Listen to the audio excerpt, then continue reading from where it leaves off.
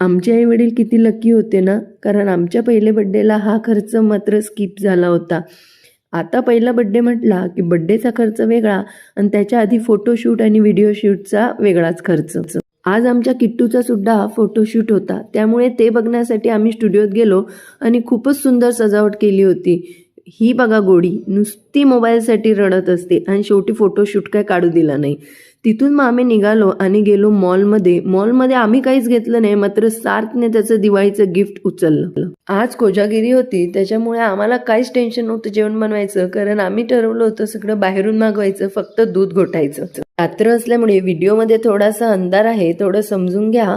आणि फक्त 3 फॅमिलीचा प्रोग्राम असल्यामुळे शॉर्ट अँड स्वीट असा आमचा प्रोग्राम झाला. त्यानंतर मुलांनी छान डान्स वगैरे केले. व्हेज बिर्याणी तर 1 नंबर होती आणि आपल्या सांगोल्यातलं गणेश व्हेज या हॉटेलमधून आम्ही मागवली होती. तुम्हालाही मागवायची असेल तर नक्कीच खूपच सुंदर अशी व्हेज बिर्याणी होती. आणि हे बघा फायनली आमचं दूध झालं रेडी आणि सर्वांनी त्याचा आनंद घेतला. चंद्र मात्र आज थोडा रुसून होता आणि ढगांच्या मागे लपून बसला होता. यावर एक हिंदी सॉन्ग आहे, कोणतं ते मला कमेंटमध्ये सांगा.